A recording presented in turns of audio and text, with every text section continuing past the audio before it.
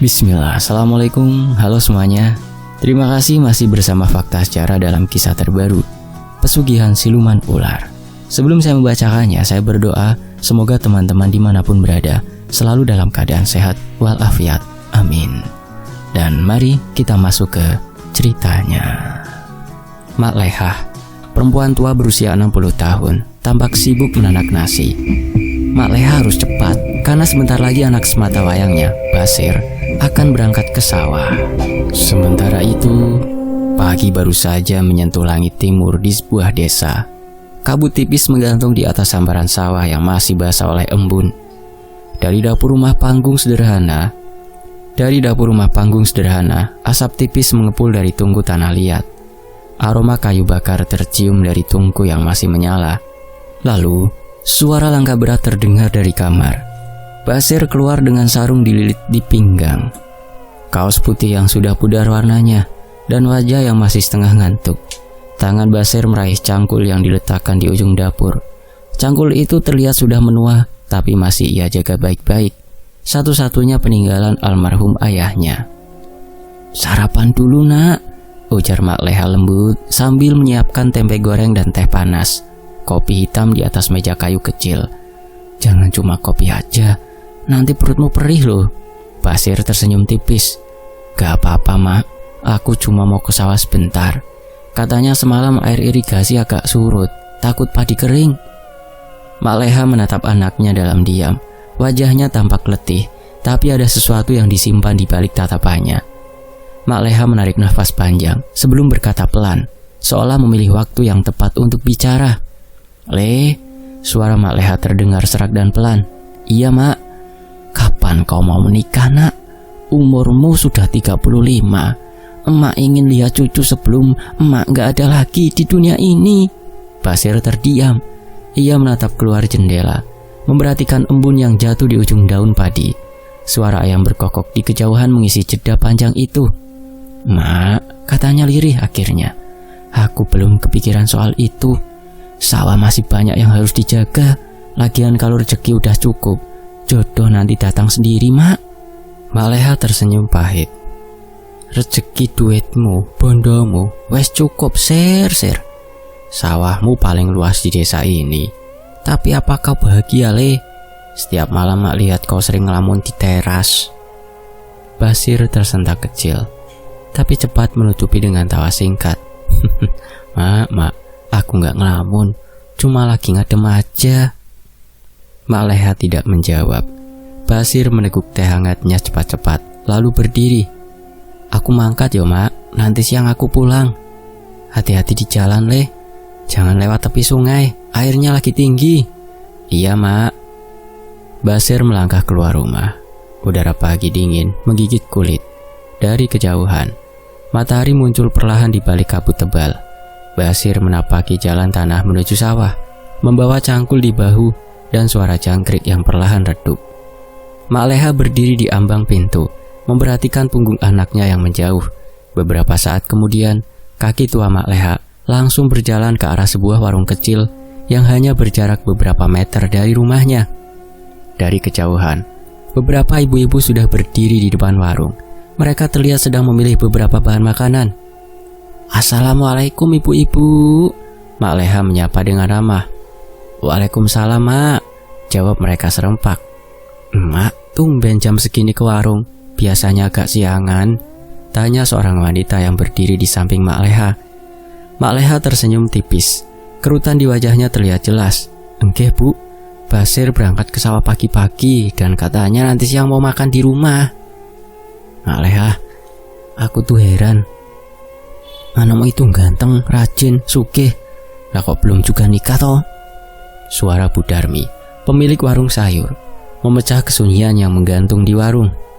Warungnya sederhana, hanya terbuat dari papan bambu, tapi jadi tempat favorit ibu-ibu kampung untuk bergosip sambil belanja cabai, bawang, atau daun singkong segar. Mak Lehah tersenyum kaku.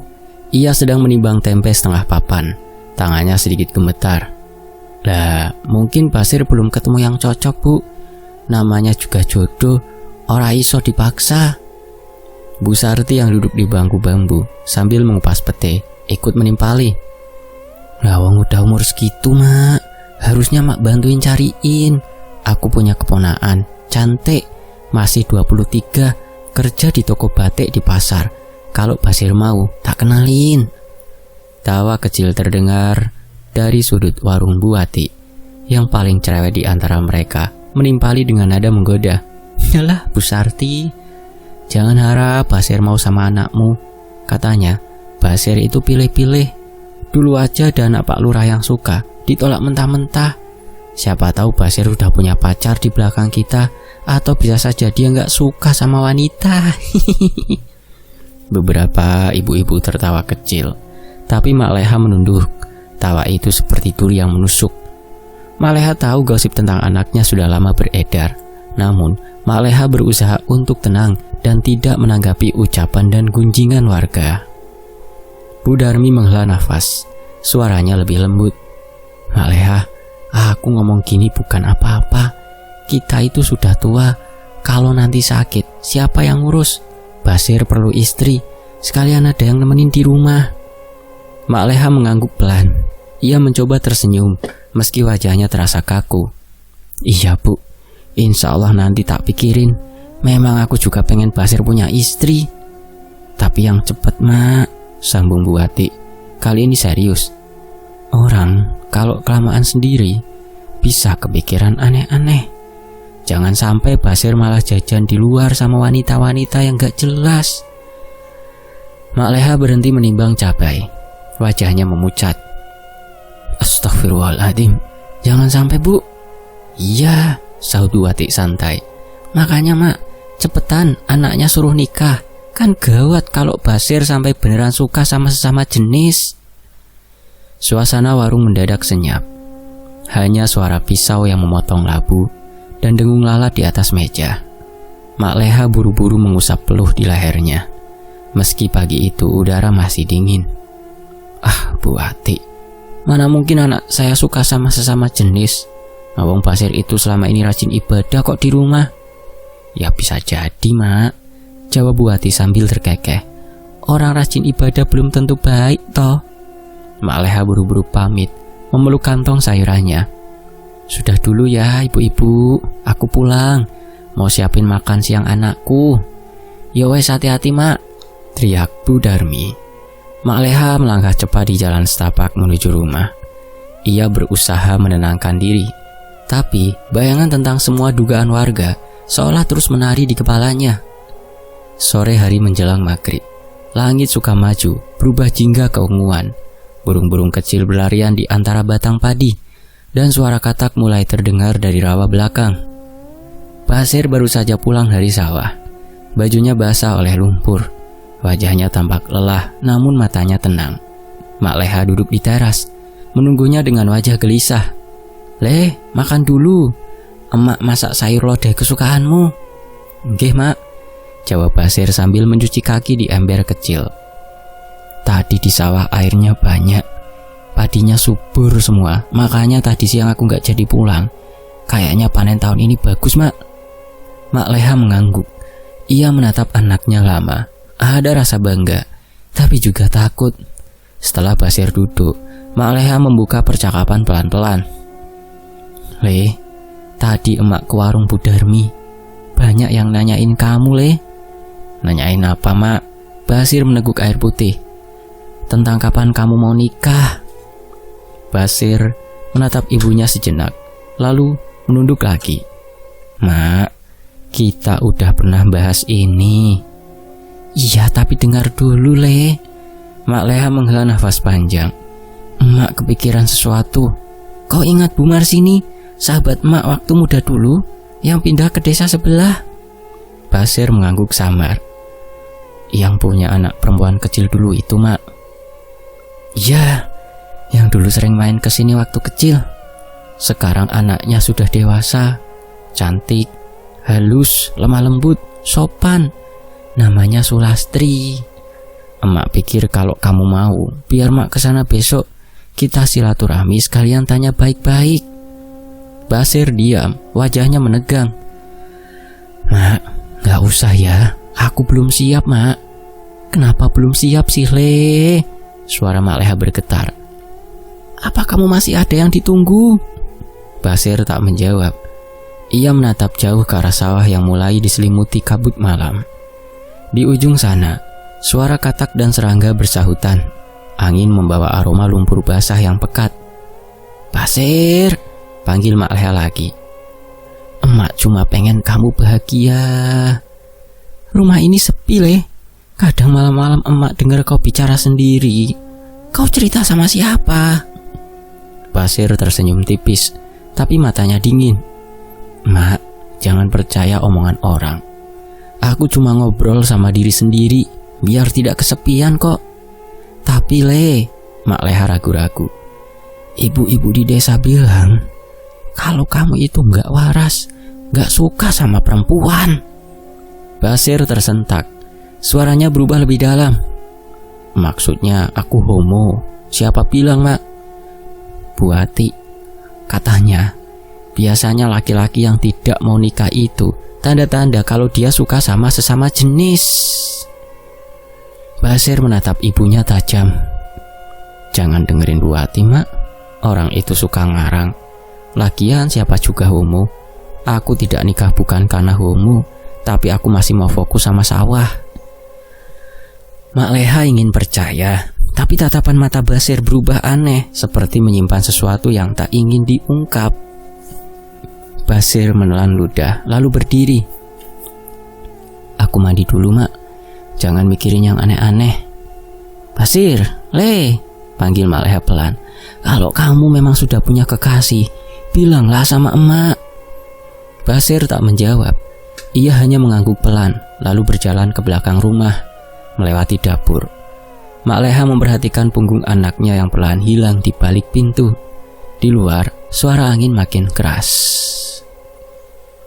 Pagi datang dengan begitu cepat. Matahari perlahan merangkak naik, menggantikan bulan yang bersinar redup. Suara ayam berkokok dari dalam kandang, seolah ingin mendesak keluar. Beberapa warga sudah mulai beraktivitas seperti biasa. Suara riuh terdengar dari luar rumah. Basir, hari ini ikut emak ke rumah Bu Marsini ya. Suara Mak Leha memecah kesunyian pagi yang lembab. Embun masih menempel di dedaunan pisang yang ada di belakang rumah. Sementara asap dari dapur menari pelan di udara. Basir yang sedang menimba air dari sumur mendadak berhenti. Ember kecil di tangannya berhenti di udara. Ngapain ke sana, Mak? Tanyanya tanpa menoleh. Mak Leha berdiri di ambang pintu dapur. Tangannya bertolak pinggang. Wajahnya sudah tegas seperti telah menyiapkan kalimat panjang. Emak mau kenalin kamu sama Sulastri, anaknya Bu Marsini. Cantik, sopan, dan belum punya calon. Cocok buat kamu.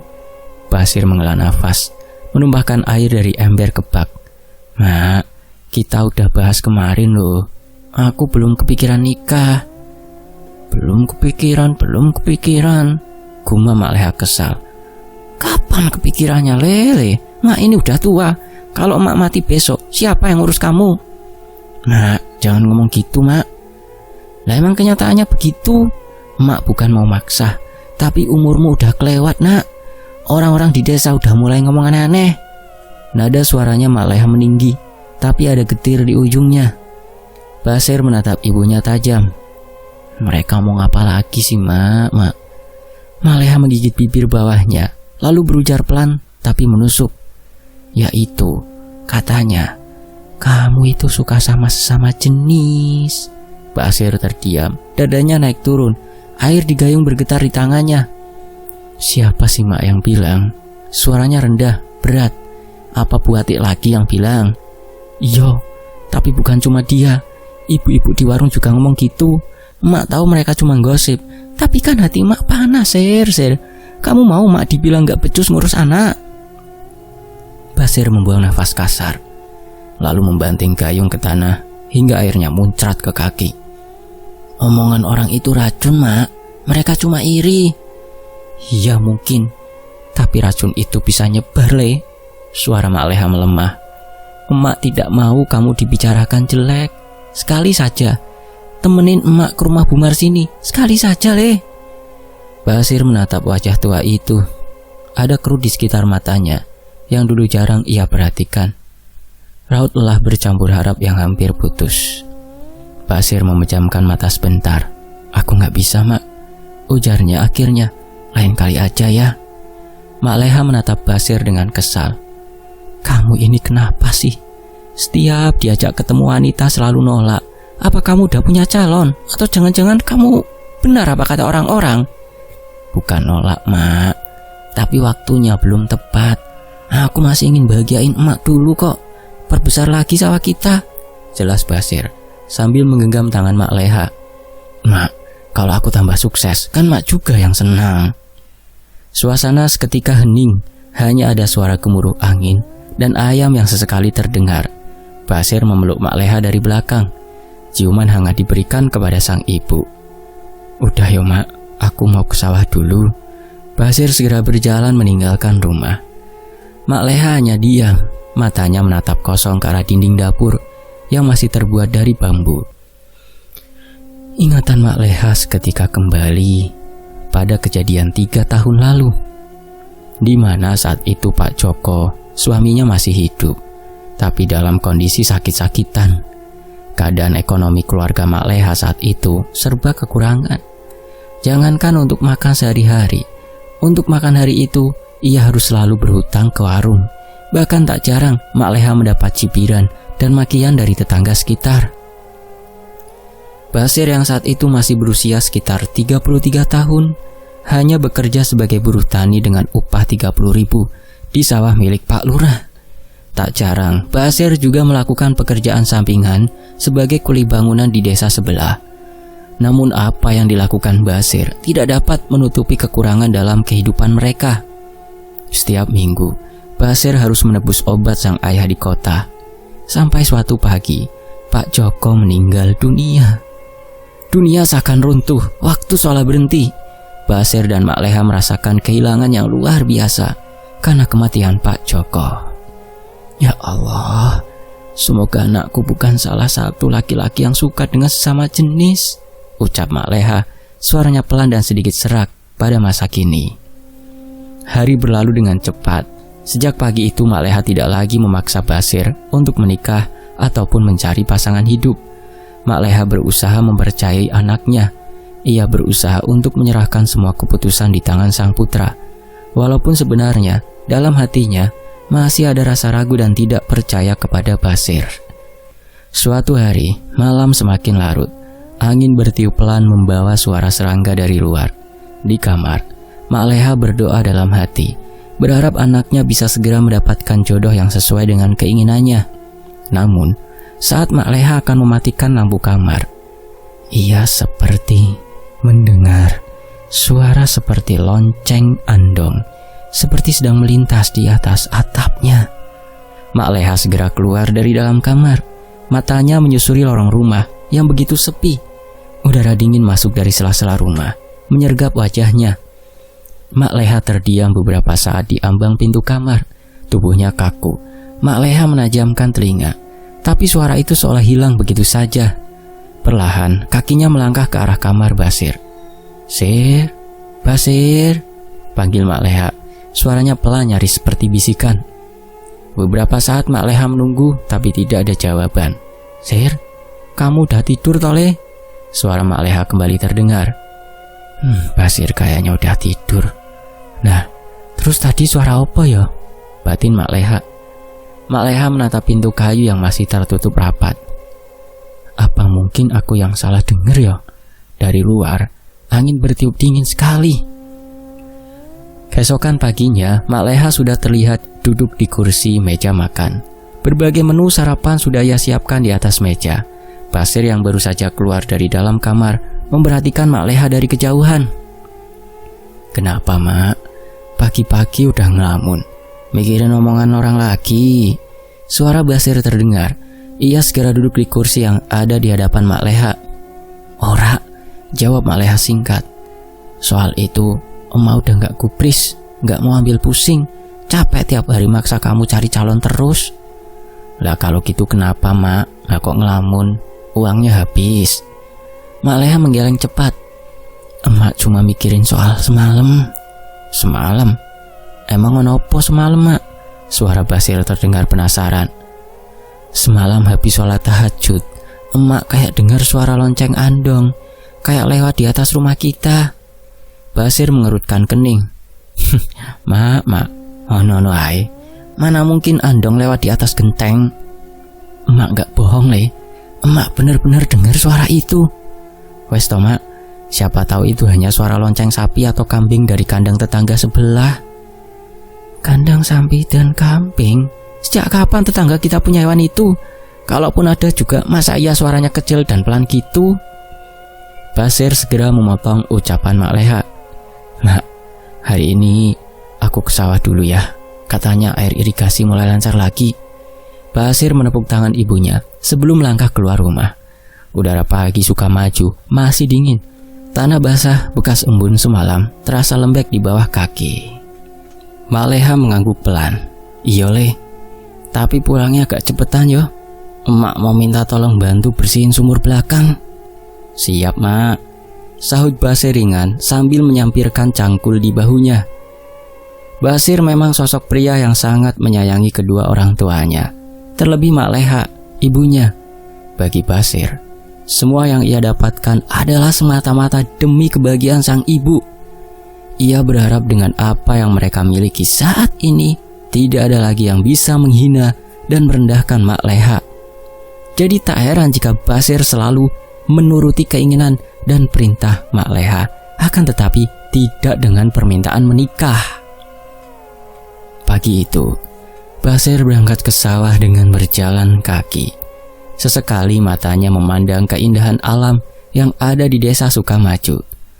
Desa Sukamaju memang sebuah desa kecil, namun ia memiliki keindahan alam yang luar biasa. Suasana sekitar desa yang masih asri membuat desa itu memiliki udara yang sangat sejuk dan bebas dari polusi. Beberapa saat Basir sudah tiba di sawah belakang SD Sukamaju. Basir matanya terpaku saat melihat seorang perempuan muda sedang berdiri di tepi pagar. Wanita itu mengenakan kemeja coklat dengan rok pendek selutut, rambutnya diikat rapi, dan di tangannya ada buku catatan kecil. Anak-anak SD berlarian di belakangnya sambil tertawa, menyapa riang. Bu Rani, nanti kita ada pelajaran menggambar nggak? Perempuan itu tersenyum, lalu menepuk kepala salah satu muridnya dengan lembut. Suaranya terdengar lembut namun jelas. Hari ini kita belajar di matematika dulu. Besok pagi baru kita belajar menggambar.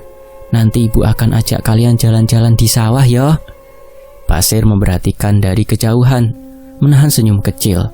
Hatinya hangat. Entah kenapa, dari cara bicara dan senyumnya, perempuan itu terasa berbeda dari gadis-gadis lain di desa. Saat bel sekolah berbunyi dan anak-anak masuk ke dalam kelas, Rani menoleh, memergoki Basir yang masih berdiri di tepi sawah sambil menepuk lumpur dari cangkulnya. Senyum tipis terukir di wajah Rani. Ia segera melangkah masuk ke arah kelas. Siang datang lebih cepat dari biasanya. Matahari kini sudah tepat di atas kepala. Basir yang baru saja menyelesaikan pekerjaannya, segera mencuci tangan di sungai kecil yang menjadi aliran sawah warga. Dengan langkah sedikit tergesa-gesa, Basir langsung berlari ke arah sekolah. Selamat siang, Bu Guru. Basir menyapa dengan ramah, membuat Rani sedikit tersentak. Oh, Mas pemilik sawah yang ada di belakang sekolah ini ya? Tanya Rani ramah. Basir mengusap tengkuknya yang basah keringat. Iya Bu, saya Basir. Sawah ini memang nempel di belakang sekolah. Wah, bagus banget padinya. Anak-anak sering saya ajak lihat. Mereka suka bilang, sawahnya kayak karbet hijau Bu. Rani terkekeh kecil. Basir ikut tertawa pelan. Iya Bu, kalau mau lihat-lihat silakan saja, monggo, nggak apa-apa.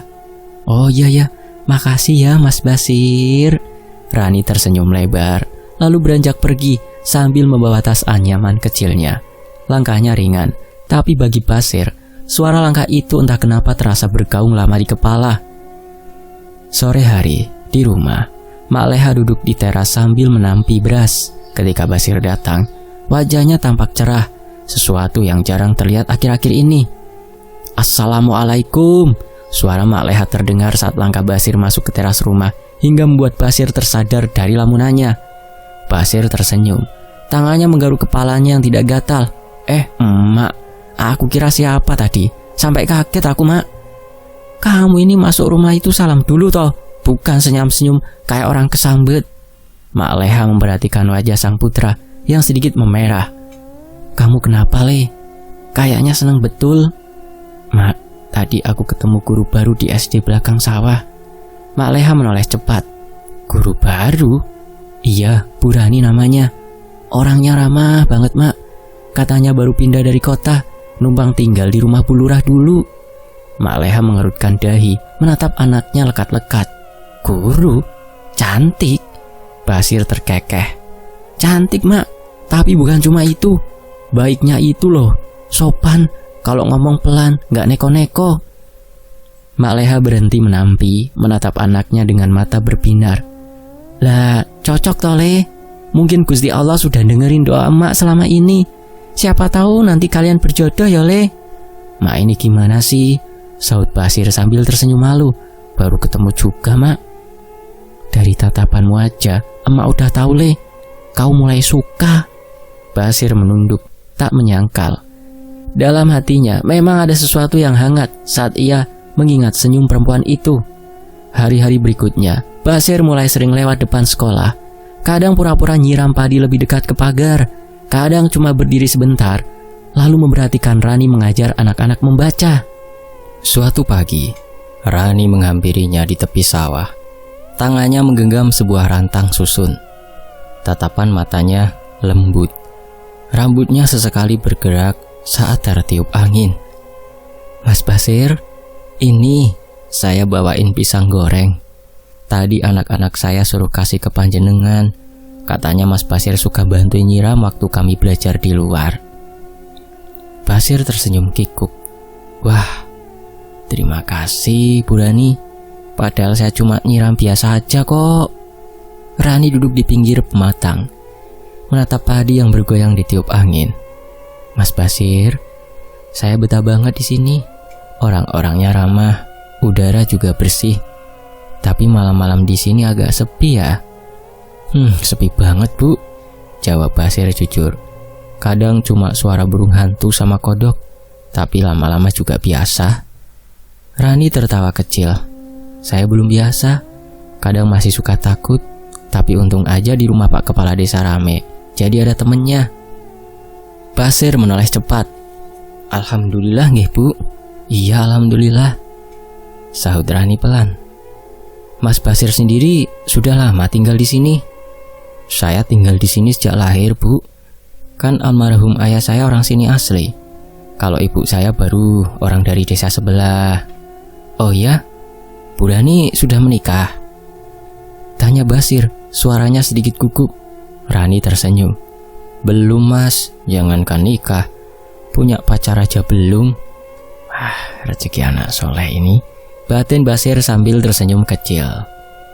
Sore itu, Basir pulang membawa rantang berisi pisang goreng pemberian Bu Rani. Mak Leha yang sedang menjemur pakaian langsung menatapnya dengan senyum lebar. Le, itu rantang apa? Oh, ini rantang dari Bu Rani. Tadi pagi, dia ke sawah ngasih pisang goreng. Basir menjawab sambil tersenyum malu. Mak Leha terkekeh geli. Walah, udah mulai ada kemajuan ya. Belum jadian aja udah dikasih oleh-oleh. Basir hanya tersenyum, tapi pipinya memerah. Sejak hari itu, hubungan mereka makin dekat. Kadang Rani datang ke rumah membawa jajanan. Kadang Basir mengantarkan sayur dan hasil panen ke sekolah. Suatu pagi, Mak Leha yang sudah ada di warung sayur menjadi bahan pembicaraan para ibu-ibu yang mendengar kedekatan antara Basir dan Bu Rani.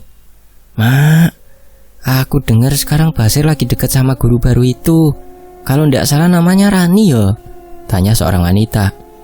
Mak Leha tersenyum kecil. Tangannya memilih labu yang ada di dalam keranjang bambu. Enggak, Bu, katanya sih cuma temen. Mak, kalau udah seusia mereka itu wes gak pantas dibilang temen. Kalau saranku sih lebih baik segera dinikahkan saja, Mak, daripada nanti jadi fitnah. Bu Wati menimpali. Ya kalau saya sih maunya cepet. Nah, cuma kan semua kembali sama Basir. Sejak hari itu, berita kedekatan antara Basir dan Rani semakin menyebar luas. Tidak hanya di kalangan warga desa, tapi juga para petani yang bekerja di sawah milik Basir. Beberapa minggu berlalu, Basir makin terlihat bahagia. Ia mulai sering bersiul, wajahnya lebih segar. Beberapa kali Basir juga sering berpamitan pergi makan malam bersama Rani. Malam itu, suasana desa terasa begitu sunyi. Suara jangkrik dan kodok saling bersahutan. Angin bertiup kencang, menerbangkan daun-daun kering yang ada di atas tanah. Basir duduk di teras rumah, matanya menatap kosong ke arah halaman rumah yang gelap. Sesekali, senyum kecil terlihat di wajahnya. "Lagi mikirin opo le?" tanya Mak Leha tiba-tiba. Tangannya meletakkan cangkir berisi kopi panas. Aroma kopi tercium dari dalam cangkir. Asap putih mengepul dari tutup yang dibuka. Basir mengambil cangkir itu, lalu meneguknya sedikit. "Mak, aku pikir-pikir, kali ini aku mau nikah, Mak." Mak Leha menatapnya tak percaya. "Sama Bu Rani?" Basir mengangguk pelan. "Aku udah ngomong sama dia. Dia juga mau, Mak. Katanya minggu depan dia minta aku menemui orang tuanya di kota." Mak Leha menutup mulutnya menahan haru. "Ya Allah Gusti, akhirnya anakku mau nikah juga. Emak seneng banget le, seneng banget." Air matanya menetes, jatuh ke pangkuan. "Akhirnya ada juga yang mau nemenin kamu le." Basir tersenyum, memandangi wajah ibunya yang lega. "Doain ya Mak, semoga orang tuanya mau terima aku jadi mantu." "Yo pasti tole, kan kamu laki-laki baik, rajin, sugih lagi. Orang tua siapapun pasti mau menerima kamu jadi menantunya." Beberapa hari berlalu dengan cepat. Hari lamaran akhirnya tiba. Rumah Basir tampak ramai, penuh bunga melati dan kue-kue yang disiapkan Mak Leha. Para tetangga berdatangan ikut membantu. Pagi itu dengan ditemani beberapa tetangga, Basir dan Mak Leha melakukan perjalanan ke kota dengan menyewa beberapa angkutan umum. Berbagai macam seserahan dan perhiasan mahal sudah disiapkan oleh Basir. Setelah melakukan perjalanan hampir 4 jam, Basir dan rombongan akhirnya tiba di rumah Rani. Mereka disambut hangat dan penuh antusias oleh orang tua Rani dan seluruh keluarga besar. Beberapa menit kemudian, Rani keluar dari dalam kamarnya. Ia mengenakan kebaya putih, senyum di wajahnya begitu menenangkan. Mak Leha hampir menitikkan air mata saking bahagianya.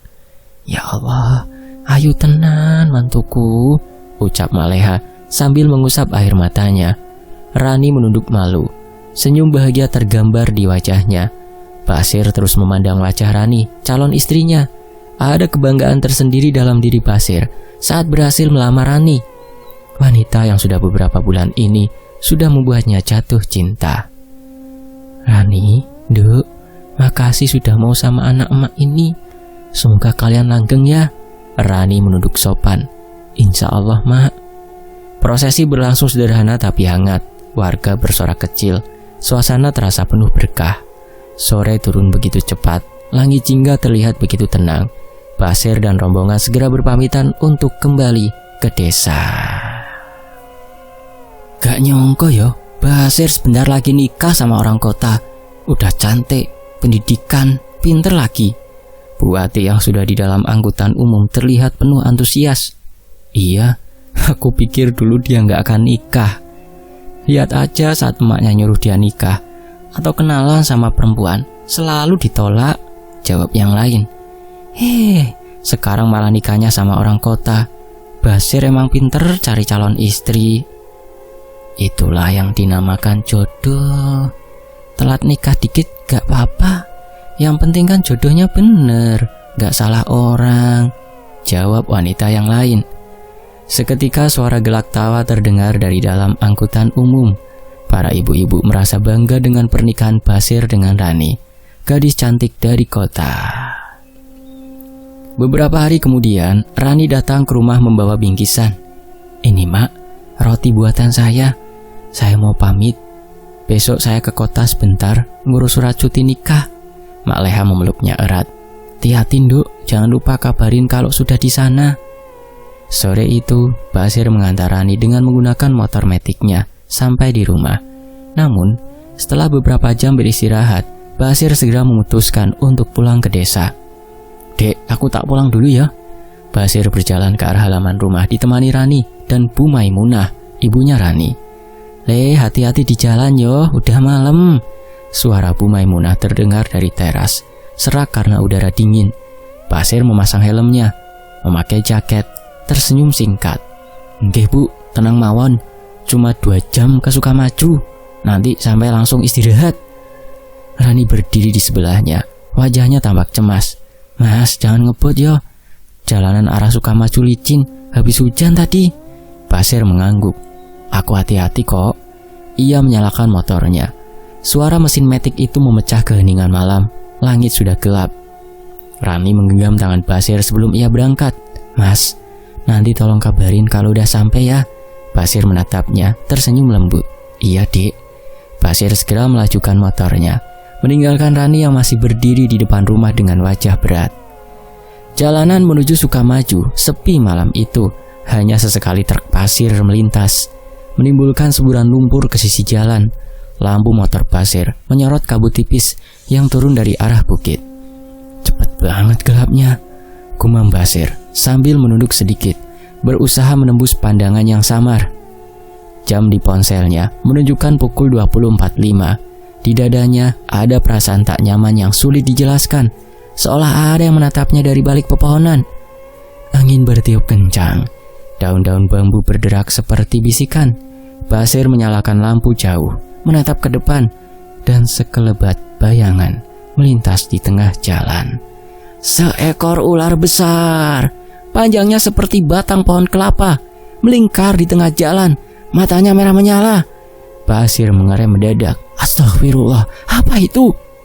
Ular itu menegakkan kepala, lidahnya menjulur, dari mulutnya keluar suara aneh seperti desisan dan bisikan manusia. "Kau mengingkari janjimu, Basir.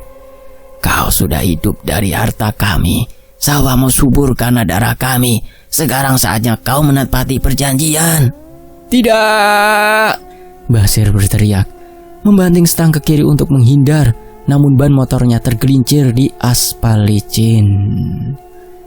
Dari arah berlawanan, lampu truk pasir menyala terang. Teriakan Basir pecah di antara deru mesin dan suara besi beradu keras.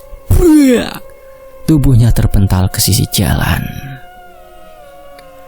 Beberapa jam berlalu, Mak Leha dan keluarga Rani sampai di rumah sakit. Ruangan IGD penuh bau antiseptik, obat, dan darah. Suster berlari ke sana kemari. "Basir, di mana anak saya, Basir?" Mak Leha menjerit. Seorang perawat menahan bahunya. "Ibu tenang, pasien atas nama Basir baru saja masuk ruang operasi. Kondisinya parah, luka dalam di dada dan kepalanya terbuka. Kami sedang berusaha semampunya." Mak Leha terduduk di lantai. "Ya Allah, anakku."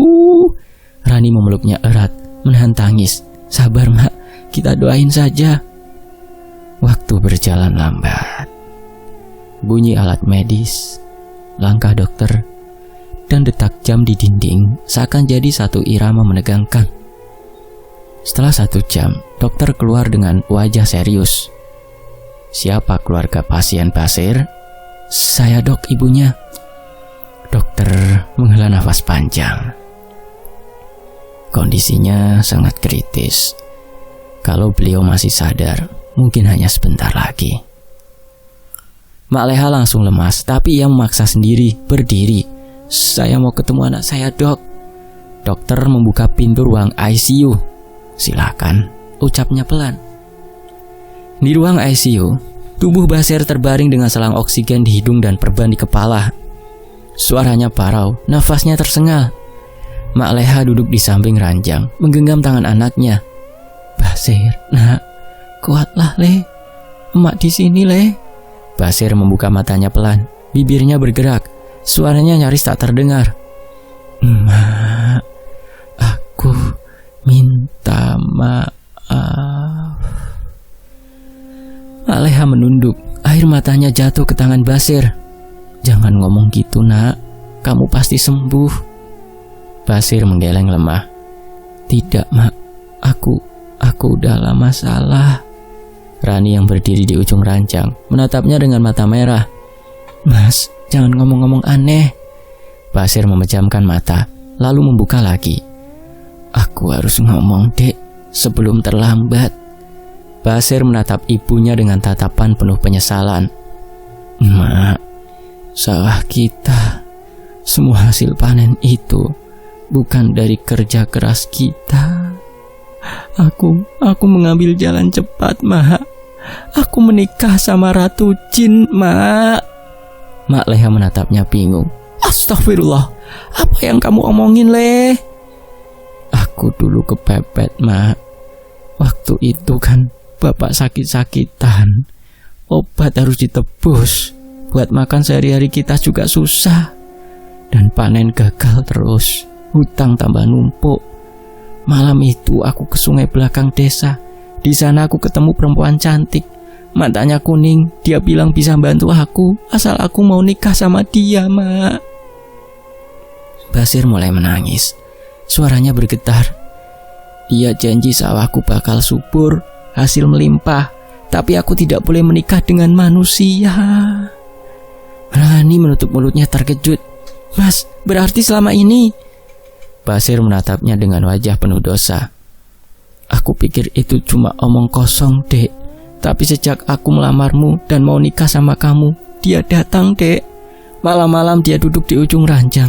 Katanya aku ingkar janji. Aku takut, tapi aku tetap nekat." Mak Leha menjerit pelan. "Ya Allah, anakku, dosa apa yang kamu buat?" Basir menggigil. "Waktu aku di jalan tadi aku lihat dia, Mak, sepulang dari rumah Rani. Bukan manusia, ular besar, matanya merah. Dia bilang waktuku sudah habis." Tiba-tiba monitor detak jantung di sampingnya berbunyi cepat. Basir terbatuk keras, darah keluar dari mulutnya. "Dokter, tolong, dokter!" Rani menjerit, berlari keluar ruangan. Mak Leha memeluk tubuh anaknya yang menggeliat lemah. "Basir, nak, istighfar, Le, istighfar." Basir menatap langit-langit. Matanya perlahan menatap kosong. Detak jantung di monitor berubah menjadi garis lurus. Mak Leha menjerit sekeras-kerasnya. "Basir!" Hujan turun deras malam itu ketika jenazah Basir dimakamkan di pemakaman belakang desa. Mak Leha menangis tanpa suara, memeluk tanah basah di atas pusara anaknya. Rani berdiri di samping, wajahnya pucat. Tangannya gemetar memegang payung. "Mak, aku ikut sedih, Mak," ucapnya pelan. Mak Leha menatapnya kosong. "Dia cuma pengen bahagia, Dok. Tapi ternyata kebahagiaannya ditagih setan." Beberapa warga ikut melayat, tapi bisik-bisik mulai terdengar di antara mereka. "Katanya waktu jenazahnya mau dimandikan, ada sisik halus di lehernya." "Iya, aku juga dengar, perutnya dingin banget, kayak batu." Mak Leha pura-pura tak dengar, tapi matanya merah, menatap makam anaknya yang mulai ditutup tanah. Kini hanya doa yang bisa dipanjatkan Mak Leha untuk ketenangan sang putra. Tamat. Demikianlah sebuah kisah, semoga bisa mengambil hikmah. Terima kasih penulisnya, terima kasih teman-teman. Saya pamit undur diri, sampai jumpa di kisah berikutnya. Tetap di Fakta Sejarah, alhamdulillah.